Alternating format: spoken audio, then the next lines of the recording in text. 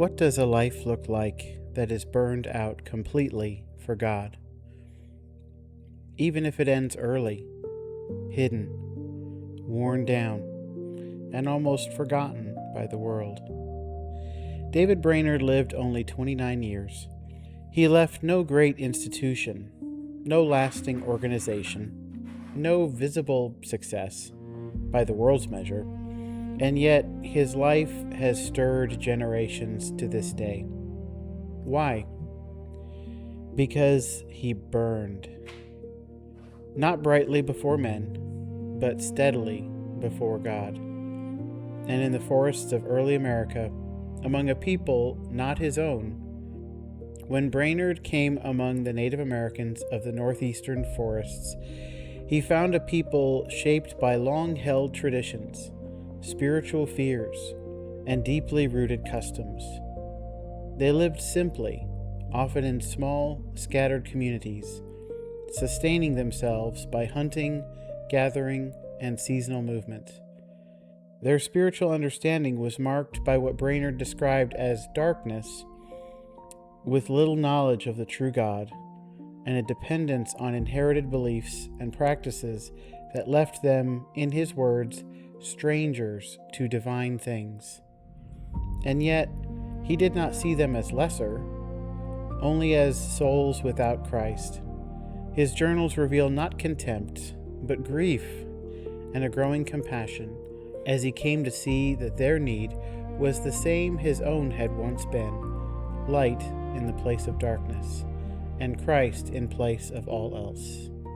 He prayed, he wept, he labored, and he gave himself without reserve. Tonight, by the fireside, we speak with him.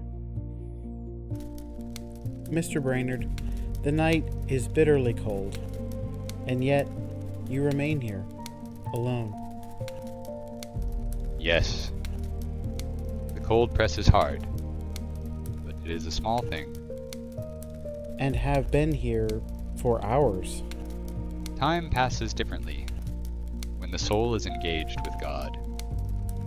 As I wrote in my diary, my soul was in anguish, longing that God might be glorified, and that his kingdom might be advanced in the world. But this life did not begin here, in the wilderness. You were once a student, a young man, full of zeal. Yes, at Yale. I was earnest, but not always wise. There were divisions, religious controversies, and I spoke too strongly. I judged others harshly, and it cost me. You were expelled? Yes. It was a humbling providence, one I did not welcome, but one I needed. You once spoke words about your tutor, words that followed you. What happened? I was greatly afflicted with the remembrance of my past miscarriages, particularly that rash expression I had used concerning my tutor, that he had no more grace than this chair.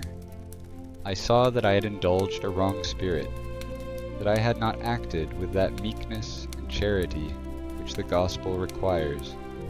And though I thought I had some zeal for God, yet I saw it was not according to knowledge, but mixed with pride and bitterness. I saw that I had been rash, and that my spirit was not right before God. The Lord was teaching me that zeal without humility is dangerous. Before your ministry, before your labors, there was a deeper struggle. Yes, I saw my sin clearly, but I did not yet see Christ. I labored, prayed, fasted, wept, trying to make myself acceptable to God. All my contrivances and projects to procure deliverance and salvation for myself were utterly in vain. And the doctrine of God's sovereignty was dreadful to me, that God ruled all, that he was just, and I was guilty. I had no confidence in my own righteousness, and saw no way of escape. I could not reconcile it. I wanted mercy, but I resisted his authority. And then something changed. Yes, I saw that I must cease striving, that salvation was not something I could earn or produce, and that Christ had already done all. It pleased God to bring me to the full conviction that I could do nothing for my own salvation, that I must cast myself wholly on His mercy. And then, the burden lifted, my soul rejoiced with joy unspeakable to see such a God, such a glorious divine being, not only His mercy, but His beauty. For the first time, I loved Him. And that love drove you here. Yes, not first for the people, but for God. I cared not where or how I lived, or what hardships I went through, so that I could but gain souls to Christ. But when I came among them, I saw their souls were precious, not different, not lesser, but in need of the same Christ. What did you see when you first came among them? When I first came among these Indians, I was much discouraged with their seeming indifference. They lived in great darkness, wholly strangers to the true God, having no notion of divine things, but were under the power of their pagan notions and customs. Yet my heart was drawn out in prayer for them exceedingly, and I could not but look upon them as perishing creatures, whose souls were precious, and who must be forever miserable without Christ. And I found my soul grieved that there was so little done for their instruction. I found my heart drawn out in prayer for them, and could not but weep over their miserable condition. There are accounts of you praying through the night, in the snow. Yes, the body was often weak, but the soul would not rest. I continued in prayer till near midnight, and felt the power of divine love, so that the place where I kneeled was melted. It was not discipline alone.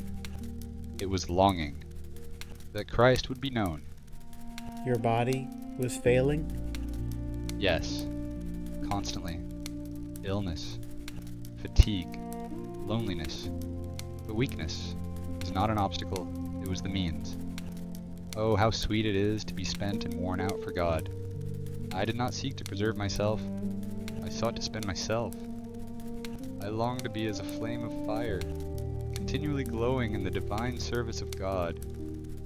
Not a moment wasted. What drove you to spend yourself this way? I cared not where or how I lived, or what hardships I went through, so that I could but gain souls to Christ. While I was asleep, I dreamed of these things, and when I awaked, the first thing I thought of was this great work. All my desire was the conversion of the heathen, and all my hope was in God. In your final days, you were not alone? No. I was received with great kindness into Mr. Jonathan Edwards's house, and have been treated with all possible tenderness. I have much reason to admire the goodness of God in providing such a place for me in my weakness. The family appears to live near to God, and I have found much comfort in their company, especially Miss Jerusha, who has shown me great care and compassion in my illness. I see more of the beauty of holiness in such a temper of love to Christ and souls. Oh, sweet Jerusha, there was affection there, but more than that, a shared love for Christ. She understood what it meant to belong wholly to Him. She cared for me as I weakened and death approached. You are only 29. Yes, a short life, but not a wasted one. If Christ is honored, it is enough. You knew your life would be short. It is but a very small thing for me to live, and it is no matter when I die, if I may but live to God. My heaven is to please God, and glorify Him, and give all to Him, and be wholly devoted to His glory. Oh, that I might never loiter on my heavenly journey, but press on with the utmost vigor, till I arrive at the blessed world above. What would you say to those who hear your story? Do Do not live for comfort. Do not measure your life by ease or recognition. Live for Christ. Mr. Brainerd, the night grows late. You must rest. Yes, though the body is weary, I am at peace. Good night, brother. Good night, and thank you for your time. David Brainerd did not build something the world could see. He did not leave behind wealth or influence or recognition, but he left something greater, a life poured out, a life set on Christ, a witness that still burns. For it is the glory of Jesus Christ, the one who is worthy of all devotion, the one who strengthens the weak, the one who receives every life laid down for him. And in that light, even a short life can burn with eternal significance. The fire fades, but the witness remains.